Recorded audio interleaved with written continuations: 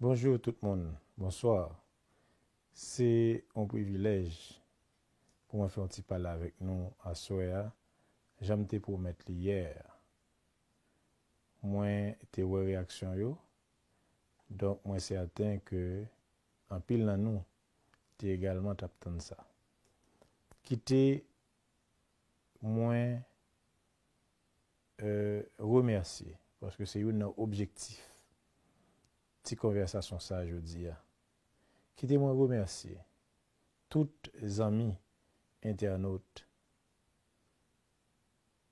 que en pile nan yo on pas connaît qui est porté un support inconditionnel dans bataille que m'a mené pour une Haïti à la dimension de son histoire et une bataille pour justice en faveur de Jovenel pour Haïti, pour allier et pour famille.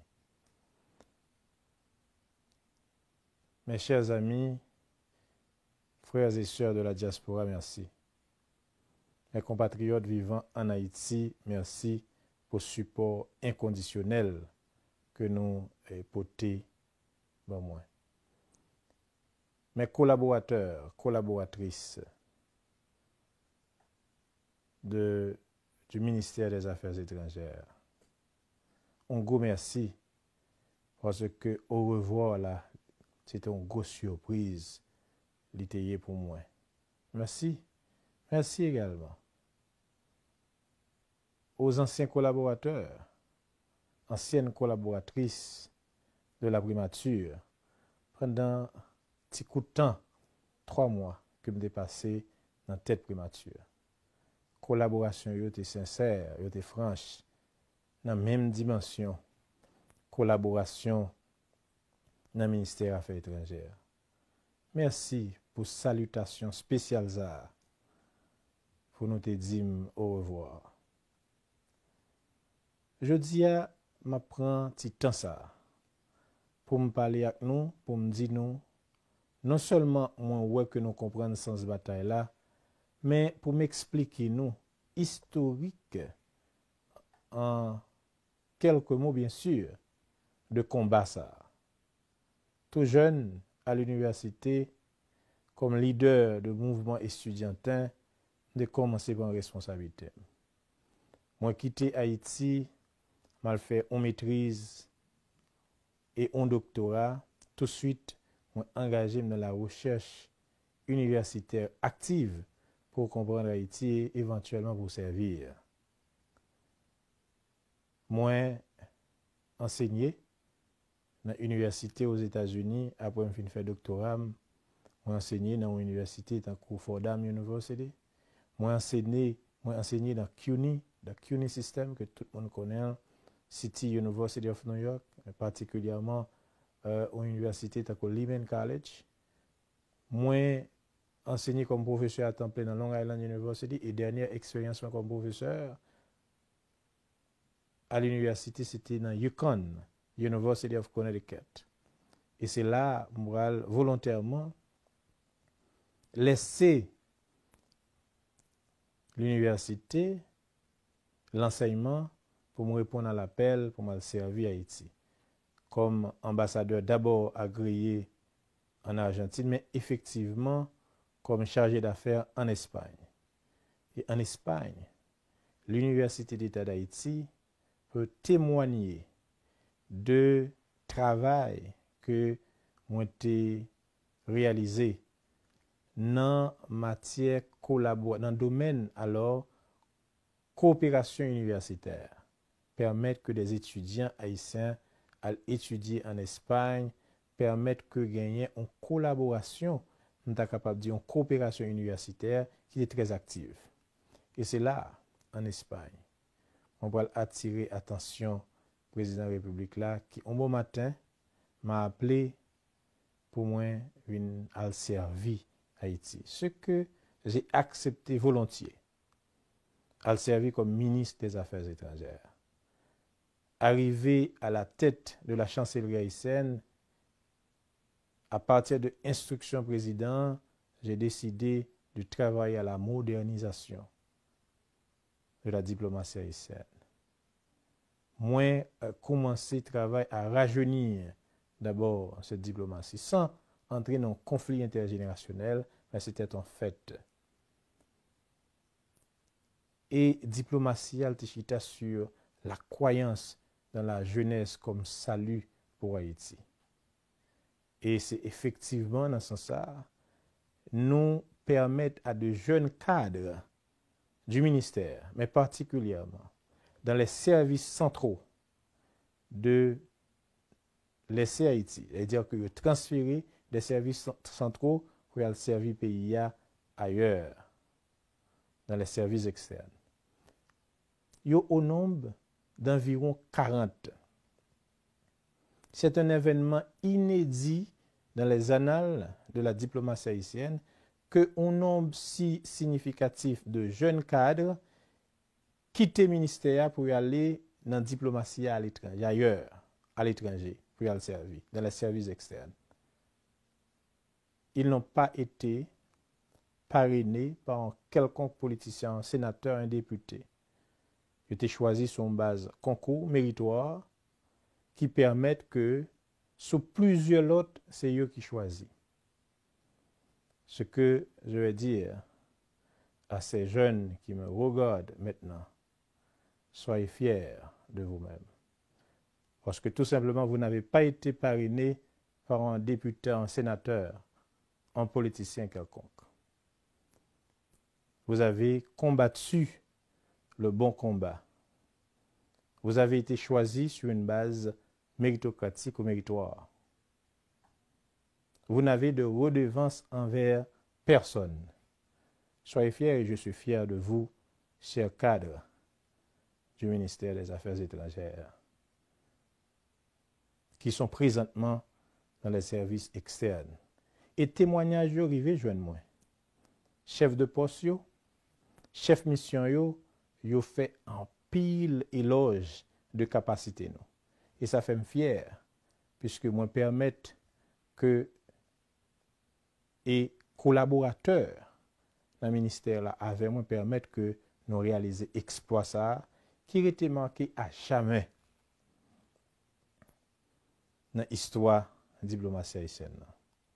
Il y a un autre aspect important dans la modernisation diplomatie haïtienne, c'était une diplomatie d'action axée sur la défense des intérêts supérieurs de la nation et également le respect d'Haïti sur la scène internationale. Évidemment, nous connaissons mes positions publiques chaque fois que gagnent des amis Haïti qui gagnent un regard condescendant sur Haïtiens et sur le pays. Donc, engagement dans la diplomatie, engagement pour le respect, par exemple, du mandat constitutionnel d'un président, tout le monde te connaît comment ta bataille. Président de la République là, pendant que le ministre des Affaires étrangères fait appel à moi pour me combler un vide.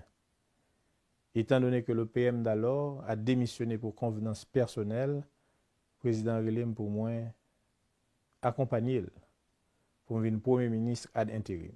Ce que encore j'ai accepté volontiers. Pendant 3 mois, bon côté président, moi été soudé et comprendre sens combat. Et nous te bail tête nos missions, mais particulièrement pour m'accompagner pour le jeune premier ministre définitif qui pourra assurer pour former un gouvernement d'union nationale. Effectivement, au début du mois de juillet, le président de la République a fait choix d'un premier ministre. Malheureusement, quelques heures après, le président est assassiné. Comme premier ministre en fonction, moi, exercer un leadership que en pile monde dans la société et presque de façon unanime applaudi dans les 62 heures qui suivent l'assassinat tragique du président de la République.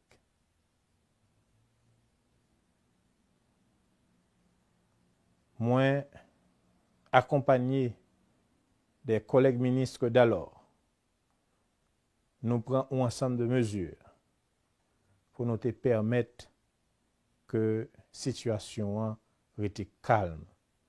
Effectivement, si ce n'est pas de décision, ça, si ce n'est pas de leadership, ça, le pays a sombré dans un chaos complet et total, dans une incertitude complète et totale. Grâce à leadership, moi, grâce à un leadership collectif des autres collègues ministres, nous prenons des mesures, par exemple, état de siège.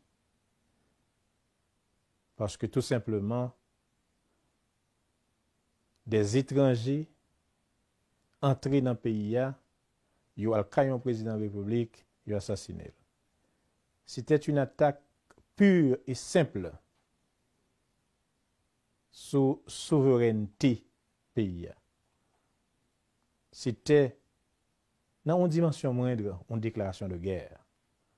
Ce qui, effectivement, avait justifié, n'est-ce pas, cette mesure. Nous fermons pour eux, nous fermons l'aéroport pour aucun monde pas quitter. Et grâce à mesure ça, nous arrêtons en pile mercenaires. Nous arrêtons en pile monde qui était impliqué dans la mort, qui n'amène la justice aujourd'hui. Nous avons gardé une communication constante avec la population grâce à la presse que je remercie jeudi. Parfois 2 fois par jour. La police était sans repos parce que presque 3 fois par jour, nous organisons des CSPN. Parce que nous devons comprendre ce qui passe. Et c'est grâce à mesure ça, c'est grâce à action ça, c'est grâce à activité ça qui fait enquête l'arrivée côté lié jeudi. Même si il y a un pile monde qui dit et moi tendil que enquête la bloquée.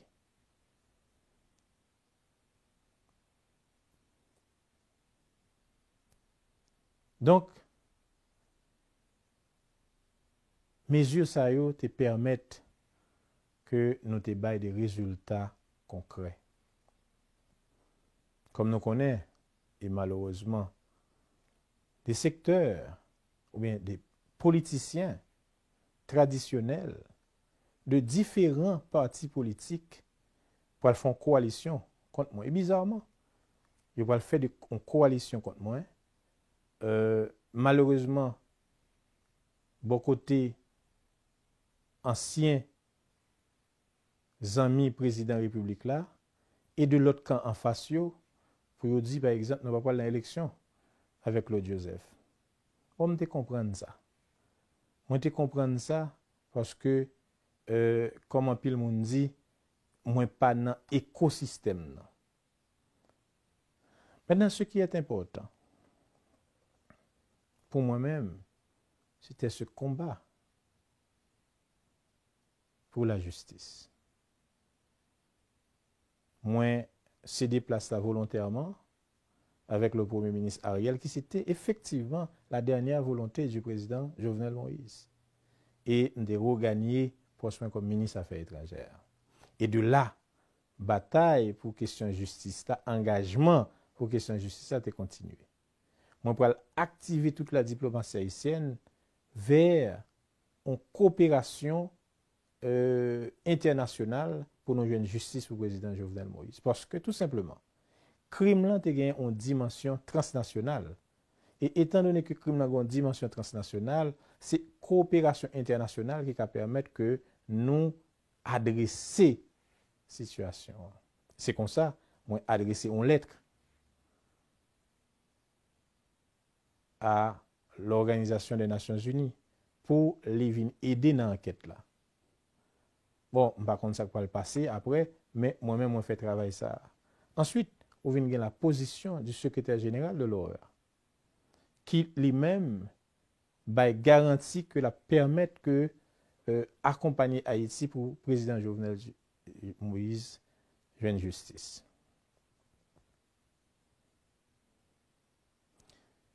Écoutez,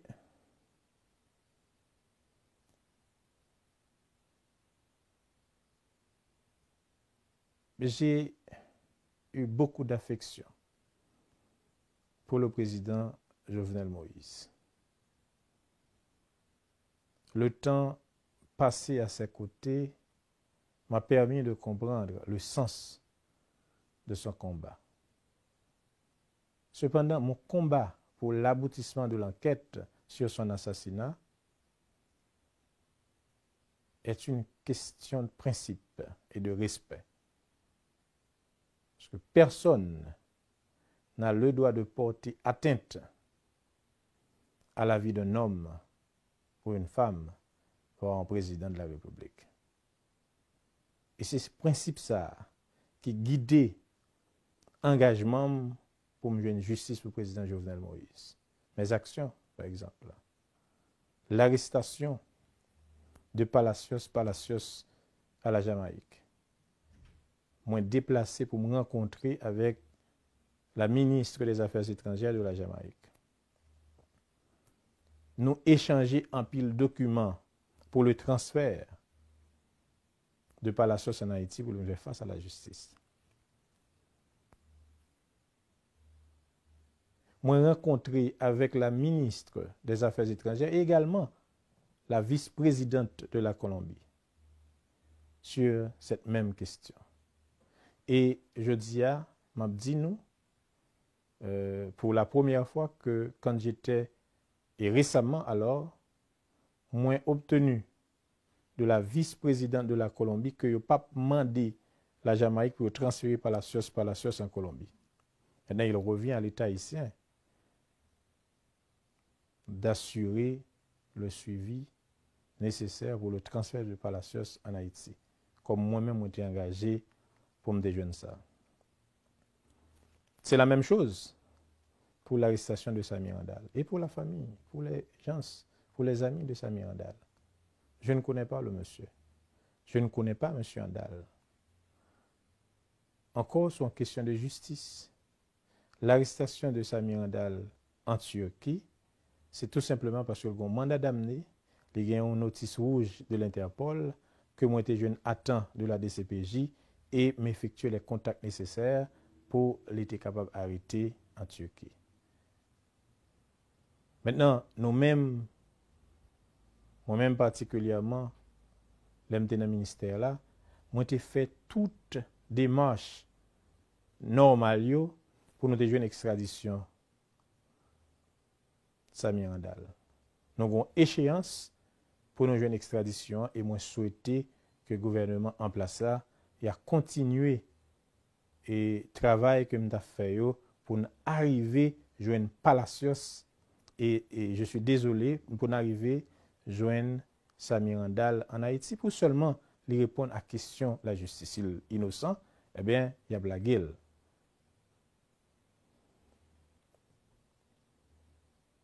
Donc, ça c'est mon engagement en faveur ou bien pour me permettre que nation ait une justice. Alors, c'est une question de principe et de loyauté.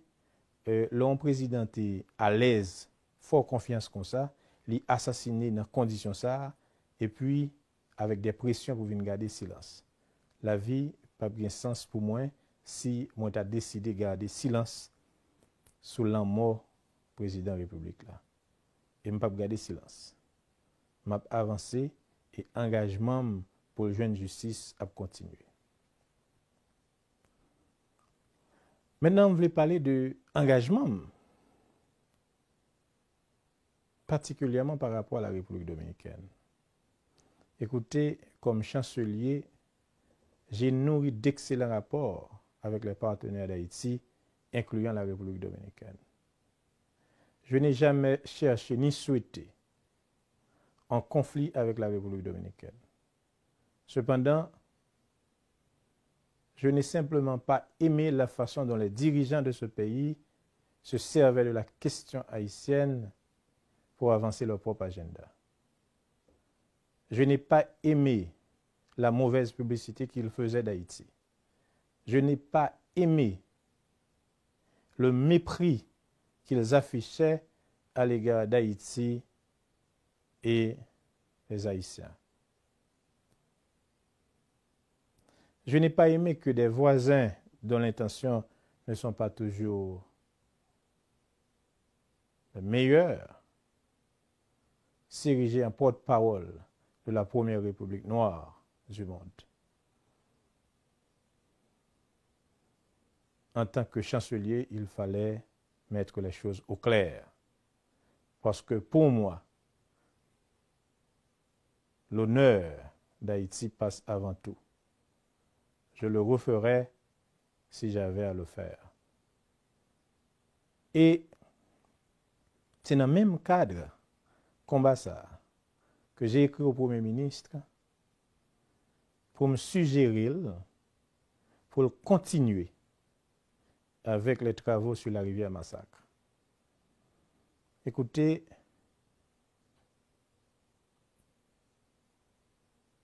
qu'il y ait de injonction de la République dominicaine pour nous camper travail ça à plusieurs reprises. Moi, quand j'étais chancelier et le président de la République, son Excellence Moïse, était au pouvoir, on a dit travail là pas camper. Parce que tout simplement, la rivière Massacre est une ressource en eau partagée dont l'utilisation est régie par le traité d'amitié, de paix perpétuelle et d'arbitrage signé le 20 février 1929. Ce traité voulait que l'utilisation de cette ressource en eau partagée soit juste et équitable. La République dominicaine fait 11 prises sur rivière-là.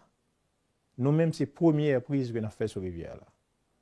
Et prise ça, qui c'est un canal d'irrigation, la permettre que nous irriguer 3000 hectares de terre dans la bas plaine de Maribaou que paysans yo accueillis avec un pile enthousiasme parce que la permettent que yo réduit dépendance par rapport à la République dominicaine dans sa gain pour avec production agricole. La permettre que augmenter production agricole dans la zone là.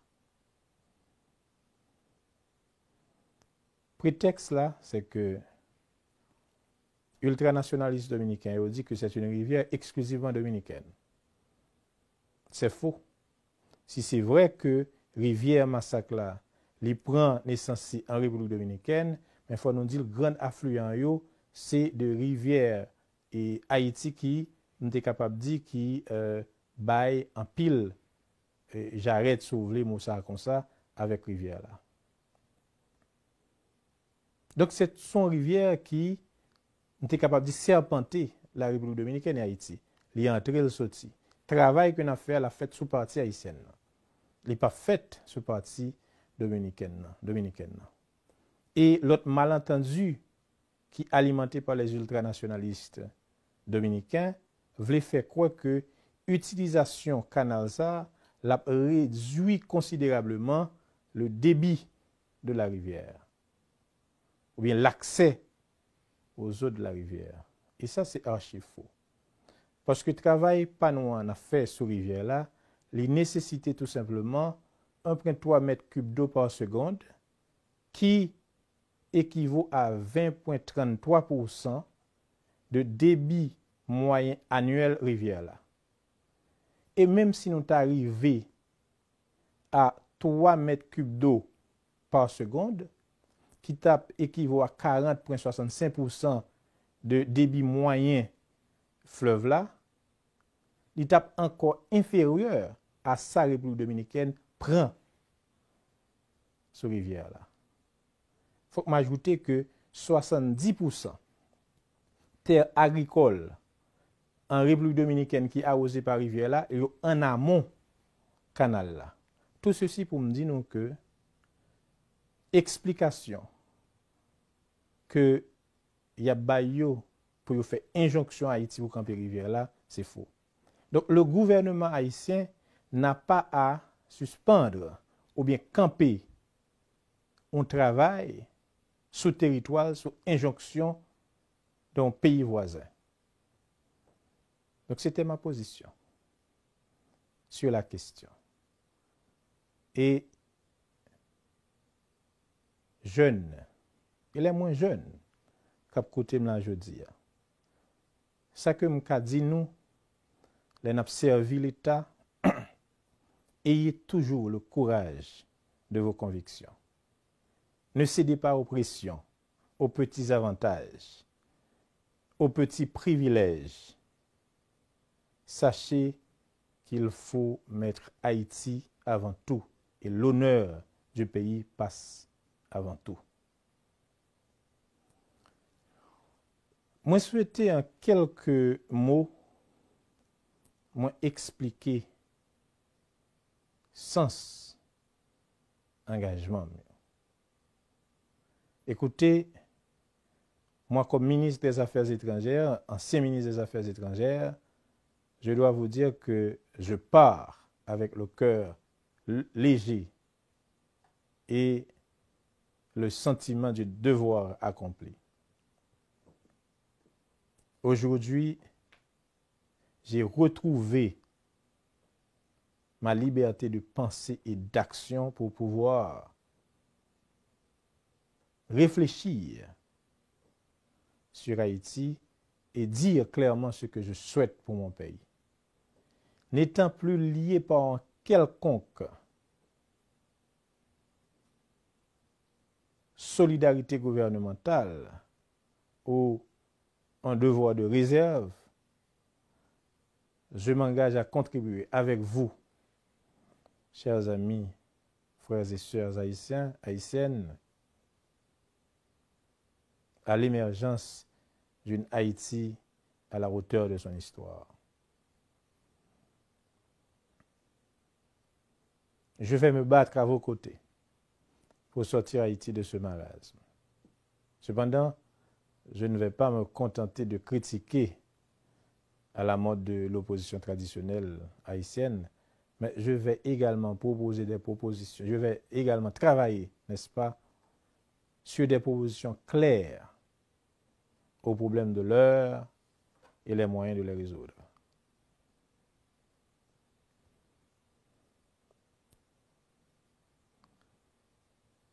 Je dis à